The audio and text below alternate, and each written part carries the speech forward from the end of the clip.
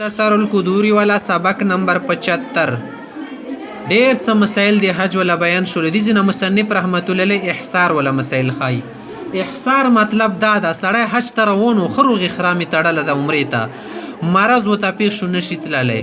یا بادشاه منع کړو څه ویزې کې ولا مسله پیدا شوه یا څه دښمن په واجبنې هلته کې بند شولو اوس دا سړی به څه کوي دې ته محصر یل شي داسې سړي دپاره څه حکم ده احرام نه به څنګه وځي دا یی که احرام کې وي که نه ځناور به هلته کې واستوي چا په ذریعې سره یا څه طریقې سره به حلال شي چې کله حلال کې دا بله د احرام نه حلال شي کلو به شي همدا خبره ده ښایي اذا احصر المحرم بعدو اذا احصر المحرم څه کله محرم سړی څه شي باند شي حج عمرې نه بعدوین دښمن په واجب نه دښمن انسانی که حیوانی او اصوابه مرض یا بیماری کې مبتلا شلو یمنع من المزیه از ته نشي تلل جاز له التحلل ندی ته جایز د ځون حلال کی وقیل له دی ته بل شي ابعث شاتن یوا وزا وستو زنوار یا قیمت وستو مازه کې بینک په ذری سره تصبح فی الحرم از زنوار دل تارم کې الول کړل شي سکل الول شي کنه دا باغ سره ټیم ولګي سره پلانکی ټیم باندې به دا زنوار زله لاو بس ماغه ټیم نه بعد وته احرام کلو کا سره ټیم بکی دی مثال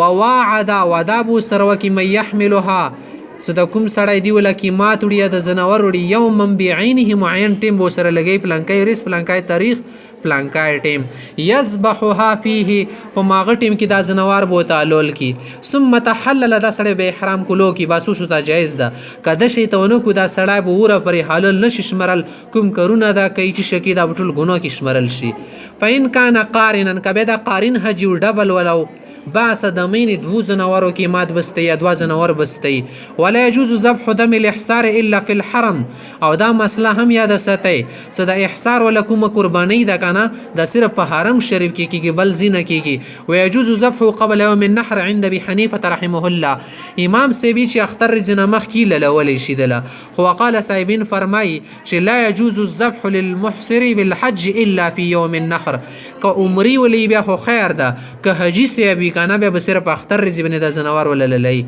ويجوز للمحصر محصر د پاره دا هم جایز ده بالعمره که عمرې ولی ای یذبح متا شاء کوم ټیم کې غوړي یا اختر نه مخ یا لول شي د زنوار مازی تعلل کې د دې زیبات شي احرام کولو کې دې زنه خو نشو تلای کنه والمحصر بالحج کای سړی حج دی واجنه محصر ګرځیدل او حج کې محصر شو اذا تحلل سکل زون حلال کې فعلی حجه و عمره آینده کولی دو سکل کای حج با کای عمره با کای وعلى المحصر بالعمره كعمري کی محصر شو القضاء صرف عمري قضا ور بنیدا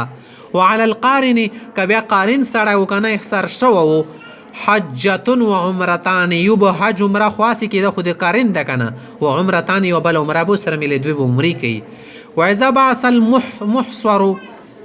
سکل محصر سړی وستی هدیا زنوار ووعدهم ودای وسره وکړه چې یذبحو فی یوم بعینه سپلنکی ورځمونه بیا د الول کوي مو طرفنه ثم زال الاحصار خدای کرونو احصار ختم شولو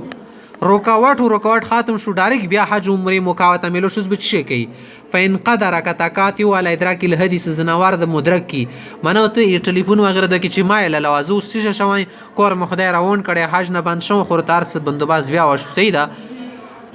والحج حاجی ومن دل شول لم يجوز له التحلل وز بدو زنه للی حرام نه لور بشي حج بو کی که زنوار لول شي خیر د کني لول شو بس مادي للی ولزمه المزي وسر بن لازم د صدا حج عمره برقرار وستی مخ کی وان قدر علی ادراک الهدي کدا تکاتی زنوار خي مدرک کړلو تلفي وکړل چې مایل لوي خودون الحج حج مکانه شاملو تحلل حلول دشي وان قدر علی ادراک الحج که حج تکاتی ومندلو دون الهدي خزنور بننا جاز له التحلل استحسانا بیا دا سړی حللی دل شي وما نحصر بمکه کای سړی مکی کی بان کړل شازي مکانه ور کول شنه نه بچی تا وفتنه نه بچی سعی بنه کوي وغیرہ یا دلی بنه رسیدل رنو نو زي وهو ممنوع عن الوقوف مثلا وقوف نه معنی شاده دلی نه پری دول سو واجب کرپی وغیرہ سل خبري په خدل شي والطواف یا طواف نه معنی کړه سدیلی چوګنر نوځي وا مساله پی خشیدو په بندې لګولې سدی چوګنر نزدیکی کعبه شریف ته مثلا کان محصورا دا سړی محصر شمرل شوی حج خو نشي پر کول کنه و ان قدر علی ادراک احدهما که دو بیا حج کول شي نه وقوف کول شي د یارپی ولا یا طواف کول شي په لیس بمحصر دا بیا محصر نه ده دا بیا حج صحیح به کوي حج پورا شو بس دی ولا